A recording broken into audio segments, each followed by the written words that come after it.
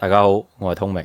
哇，好耐冇拍片啦，今次就又唔係斷命啦，斷命我哋前兩集都叫做輕輕淺嘗咗一次，就講呢個失語嘅人，講唔到說話嘅人，佢嗰個命理特徵係乜嘢？今次就同又唔係好似話咩總結嗰啲做工技法啊咁樣，而比較似係同大家吹下水，咁講一講從阿成哥同橋王兩個八字去估算一下而家嗰個元運柱地支係乜嘢嗱？元運柱就大家見到啦，開咗個天光出嚟啦。嗱，元運柱呢個概念，大家我諗絕大部分人都係從隱性先生呢一度第一次接觸到啦。一開頭呢，我哋就以為四柱八字入面年柱呢就係時間跨度最長嘅一條柱，咁所以佢代表或者佢嘅定位呢，就可以係一啲好宏大嘅事物嗰度，例如話咩國家啊、政府啊、祖業啊、時代背景啊、大環境啊咁樣。咁而家發現哇，有條柱係60年一轉喎，咁咪一啲好宏大嘅嘢可以抌落去嗰度咯。咩時代背景啊嗰啲嘢抌落去，例如話你個元運啊，你嗰60年啊，對於呢個日主嚟講呢係財嘅話，咁你啊生喺一個好時代啊，前提係佢要做工。咁然後年柱你就可以即係叫做處理一啲比較細啲嘅嘢，例如話係咩國家啊、大機構啊、大單位啊咁樣嗰啲啊。60年一轉，咁咪即係3600年一個循環咯，係咪？一個甲子循環咯。前面仲有冇另一條柱係3600年一轉嘅呢？咁樣咁計一計條數就係216000年就一個大循環咁樣。咁你再諗大啲喎，會唔會前面又有一條柱216000年一轉，跟住又唔知幾多年一個大循環咁樣？我覺得都合理嘅，因為呢一個八字呢，其實佢都係一個叫做星體啊，或者係一個時間嘅組合咁樣。呢個地球圍住太陽去轉呢，即係呢個五星嗰個位置，其實就唔係好規律嘅。佢每轉一次呢，都會有少少嘅誤差，會有少少嘅進動嘅空間咁樣。例如話呢個地軸咁樣啦，呢個地軸咁樣去轉嘅時候，佢唔係話每次都係嗰個黃道啊、赤道啊嗰個夾角嘅。咁你轉到咁上下啦，佢就會可能垂直少少，即係好似你沖咖啡咁樣咧，你嗰支筷子啊或者係匙羹咁樣，咁你又想打橫少少、斜少少嘅，你又斜少少去搞。有啲人就會質疑呢個四同八字特別係唔同時代背景下嘅四同八字，佢點解會咁大相徑庭呢？嗰個差別會即係天淵之別啊！咁呢一個元運柱呢，甚至乎你前面再加多幾條柱去補充佢到底係邊一個年代嘅嗰60年嘅一個時間組合，我覺得都係合理嘅。咁但係而家就先講呢個元運先啦，即係60年一轉嗰個元運啊！哇，唔知點解扯到咁遠啦。咁講翻八字先。今次呢，就同大家講呢個成哥同橋王啊。咁呢，先生都俾咗好多線索咁樣啦。但係呢，有某啲嘅命例呢，佢嘅線索我認為係特別明顯嘅。就一個係成哥，另一個係橋王。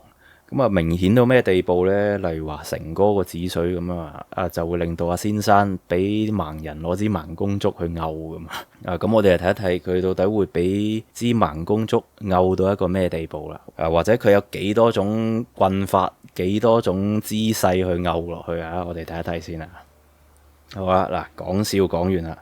第一個睇呢，就係成哥。咁成哥呢，李嘉誠呢，佢個線索就係話，佢有個子水喺度做大功。咁子水呢，對於呢個庚金日主嚟講呢，係佢嘅食傷。食傷做大功呢，就即係話佢嗰個名聲都幾顯赫。好啦，我哋睇一睇佢成條命。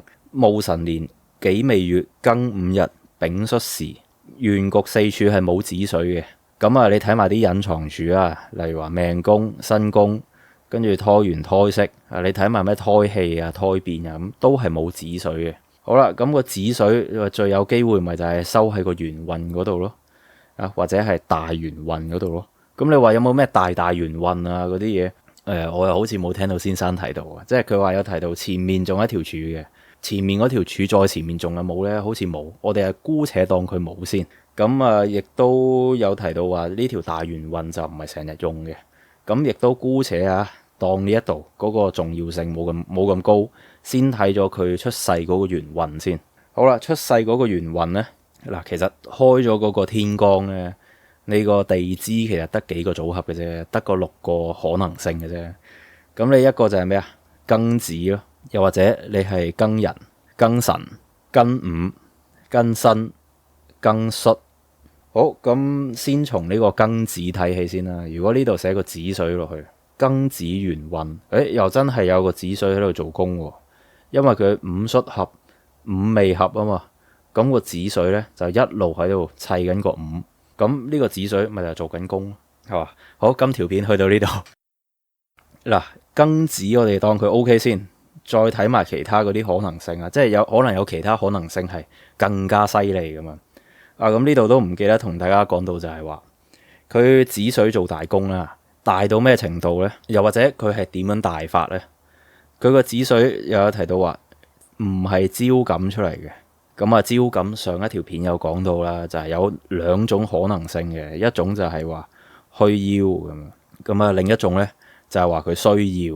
咁呢度咧，我估佢就係講話係需要，即係嗰啲流年啊、流年流月啊、流日嗰啲咧，咁樣去打落嚟咧，呢一啲會流動嘅柱啊嘅子水，即係時有時冇嘅咁啊，呢啲就好似唔係話好。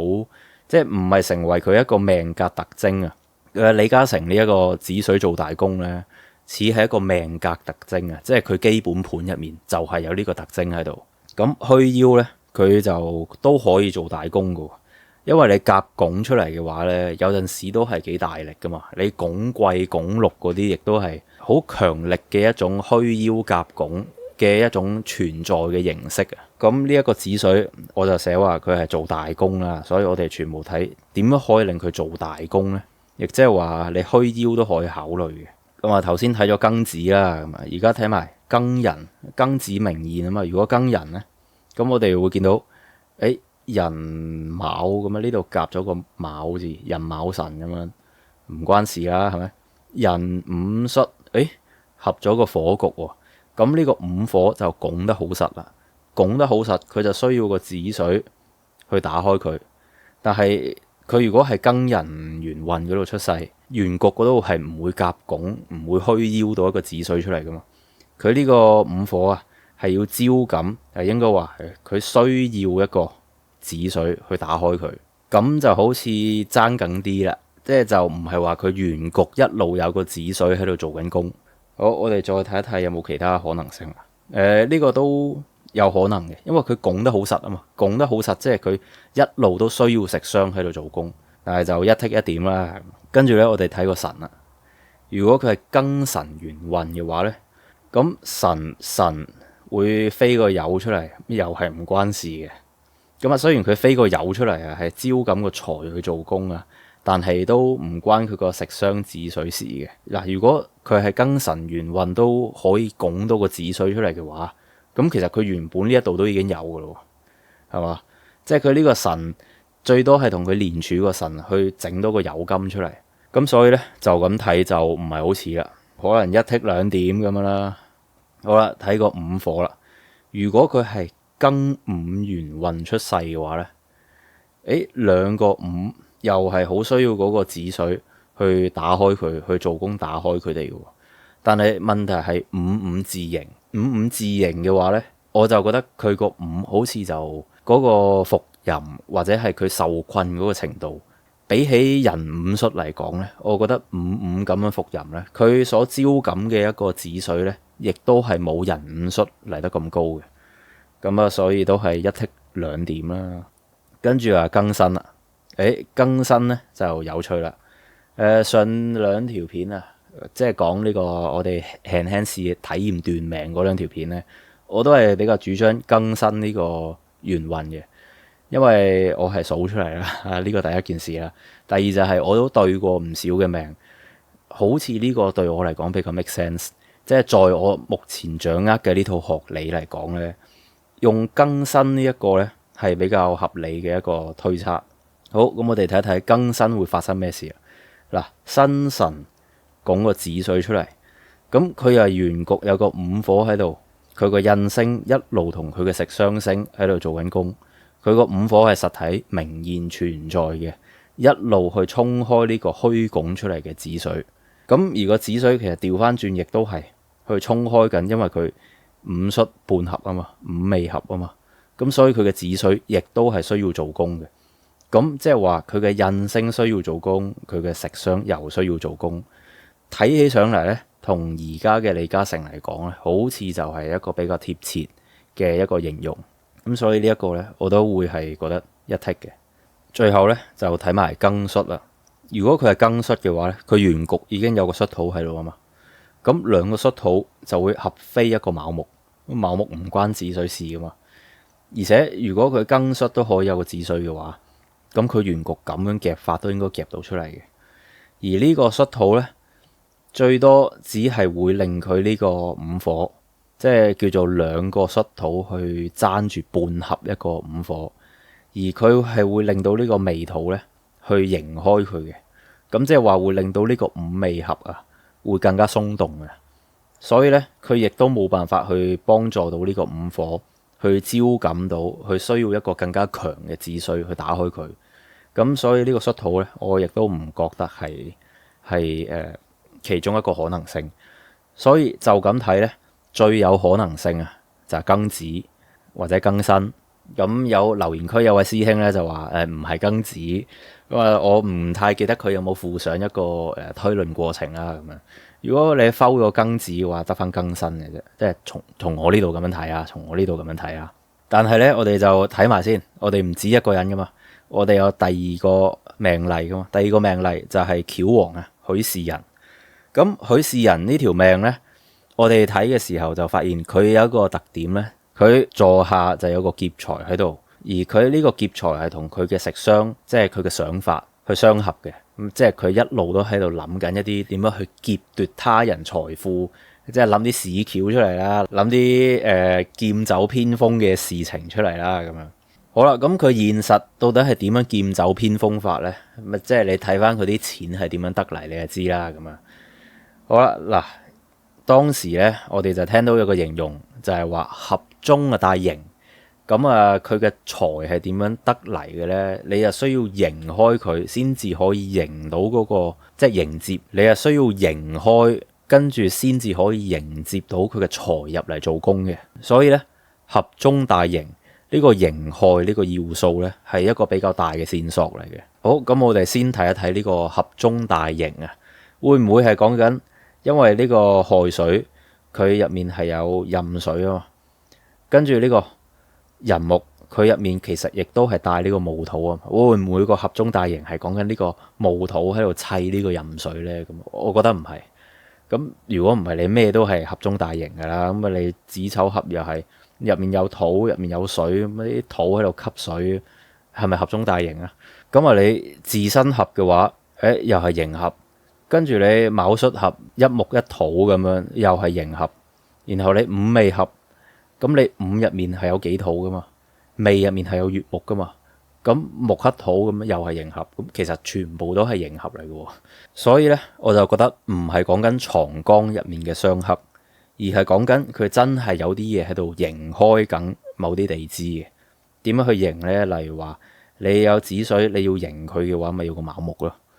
你有個寅木喺度，咁你要刑開佢嘅話，可能巳火啦，或者可能辛金啦，咁樣。刑沖佢咁樣，你個亥水咧需要個亥水嚟自刑開佢。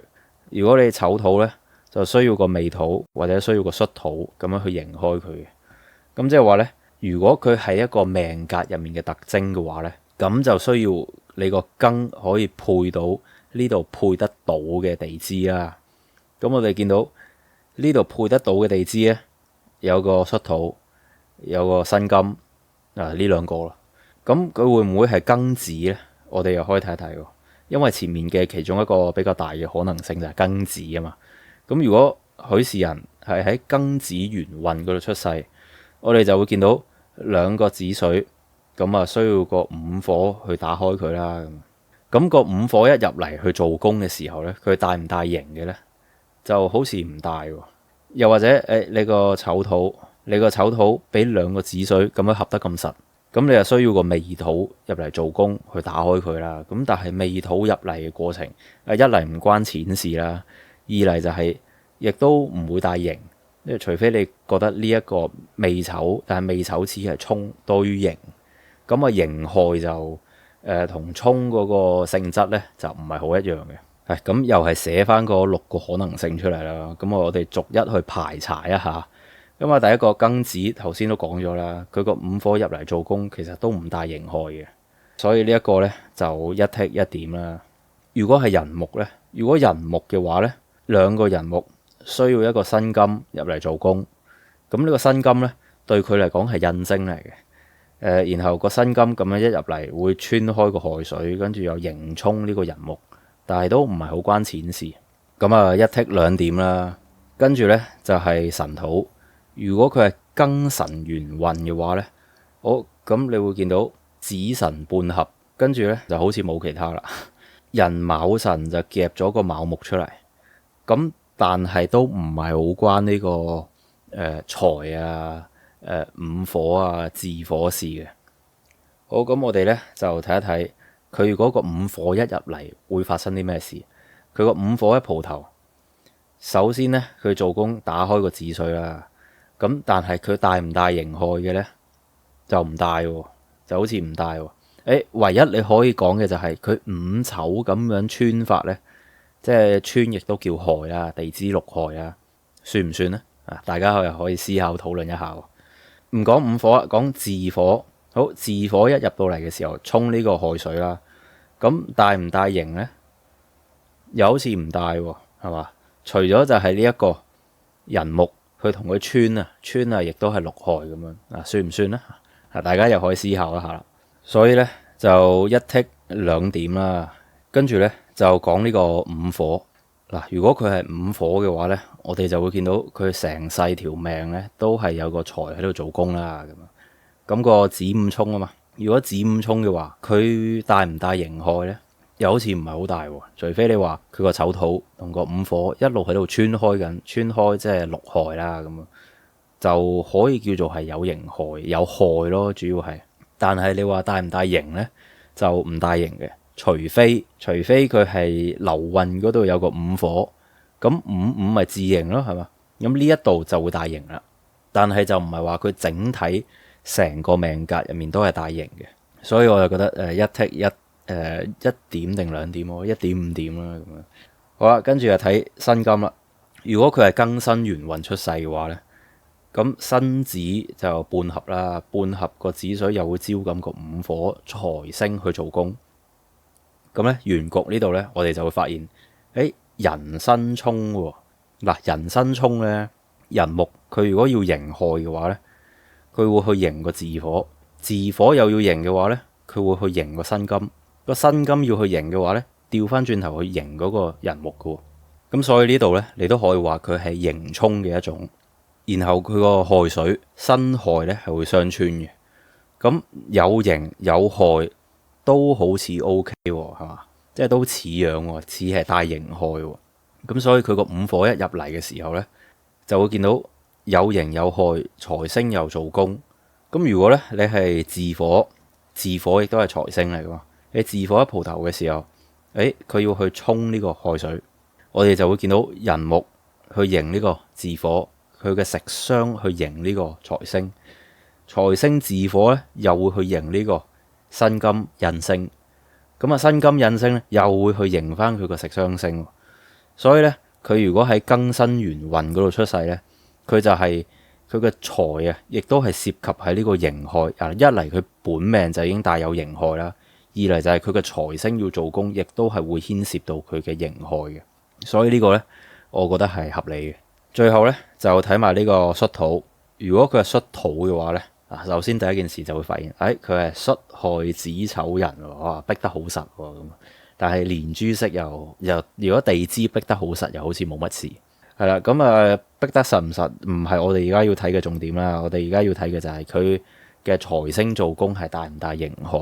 咁咧，首先戌寅午戌呢度就虛拱一個午火出嚟，個午火一路同佢喺度做緊工嘅，即係佢個財星啊，財星一路同佢呢個比肩喺度發生緊交感關係，而且咧佢個戌土亦都係會去刑同呢個丑土啊相刑啊，個丑土亦都係會去刑開呢個戌土咁樣。但係你話呢一種午火佢嘅做宮，淨係講財星做宮嘅嗰個位咧，有冇帶刑害咧？就好似唔係好大，除非咧你話流運有個午火，流運午火，你話明現嘅午火去刑開呢個虛拱嘅午火，我覺得有少少即係唔係好能夠去激活到佢啊！即係呢種交感關係，我覺得比較似係填實多於呢個咁樣嘅打開佢咯。咁你話巳火喺巳火一出現嘅時候咧，會沖亥水啦。咁又係人木去刑呢個巳火，巳火有冇去刑其他嘢咧？就冇嘅，就冇頭先辛金元運嗰個嚟得咁明顯。其實前面嗰5個地支咧，即係庚子啊、庚寅啊、庚辰、庚午、庚申咁樣，佢個巳火一出現嘅時候，佢個人木月柱呢一個人木都會同佢相刑嘅話咧，咁你話睇唔睇呢個巳火？其實個重要性就好似唔係好大，除非咧你係真係好似如果庚申元運咁樣啦，佢直頭同個元運有交咁關係，佢喺度刑嗰個元運，就冇咁大嘅信服力去支付啊，令到我相信佢呢個元運就係戌土。咁但係你話就算佢真係戌土咁樣啦，佢都有可能嘅，因為佢戌丑相刑，跟住咧壬戌拱個午火又有財星喺度做工，咁又好似真係嘅，所以我都會俾佢一剔一點咁樣啦。咁呢度咧，我哋綜合2個例子啦，我哋就會見到喺翹王呢個命例嗰度咧，子申戌係比較有可能性嘅元運地支，而辛金呢個元運地支咧，佢刑害嗰個特點咧係比較明顯嘅。而喺成哥呢條命嗰度咧，佢最有可能就係庚子、庚申，其次就係庚寅，係最符合佢呢個子水做大功嘅。所以咧，綜合2個命例啊，我就覺得係庚申咯。咁你話有冇其他嘅事例？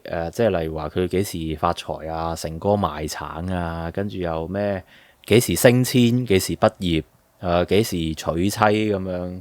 咁之後咧，我就有時間再拍啦，就到時候就用一個論命嘅角度，用一個斷命嘅角度去同大家探討一下，佢喺某啲時間點嗰度，佢嗰個做工嘅組合嗰個跡象係如何去斷佢出嚟嘅。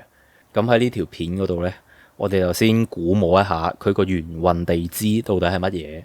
咁啊，等成條柱個天干地支啦開晒出嚟嘅時候咧，我哋個視野更加全面嘅時候咧，到時先再講落去啦。